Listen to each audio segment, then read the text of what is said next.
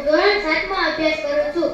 આદરણીય મુખ્ય અતિથિ શ્રી, ગુરુજનો અને મારા વહાલા દેશભક્ત મિત્રો, આજે 26મી જાન્યુઆરી ગણતંત્ર દિવસે જ્યારે આપણે તિરંગાને લહેરાતો જોઈ રહ્યા છીએ, ત્યારે મને એ વીર પુત્રની યાદ આવે છે જેના લોહીથી દેશની આઝાદીની માટી સિંચાઈ છે. હું વાત કરી રહ્યો છું શહીદ આઝમ ભગતસિંહની.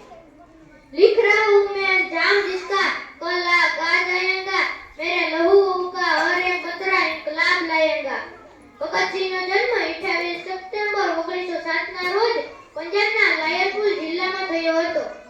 જ્યારે તેઓ માત્ર 12 વર્ષના હતા ત્યારે જલિયાવાલા બાગનો હત્યાકાંડ થયો હતો. તે લોહીથી ભીંજાયેલી માટી જોઈને નાનકડા ભગતસિંહે અંગ્રેજોને દેશમાંથી હાંકી કાઢવાની પ્રતિજ્ઞા લીધી હતી.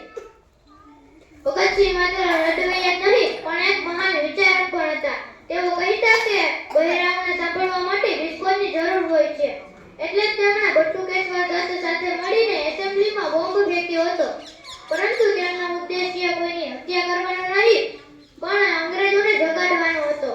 તેઓ ભાગી શકતા હતા પણ તેમણે ધરપકડ વહોરી લીધી જેથી તેઓ જેલમાંથી ક્રાંતિનો સંદેશ ફેલાવી શકે. 23 માર્ચ 1931 ની રાત ભારત ક્યારેય નહીં ભૂલે. માત્ર 23 વર્ષની ઉંમરે જ્યારે યુવાનો કારકિર્દી બનાવતા હોય ત્યારે ભગતસિંહે ઇન્કલાબ જિંદાબાદના નારા લગાવતા ફાંસીના મંચે ચડી ગયા. તેમની સાથે સુખદેવ અને રાજગુરુએ પણ બલિદાન આપ્યું. મિત્રો, આજે આપણે ભગતસિંહની જેમ ફાંસીએ ચડવાની જરૂર નથી પણ તેમના વિચારોને જીવંત રાખવાની જરૂર છે. ભગતસિંહે જે આઝાદ ભારતનું સપનું જોયું હતું તે સપનાને સાકાર કરવું એ આપણી જવાબદારી છે. ભ્રષ્ટાચાર, ગંદકી અને અસમાનતા સામે લડવું એ જ સાચી ક્રાંતિ છે. અંતમાં હું એટલું જ કહીશ કે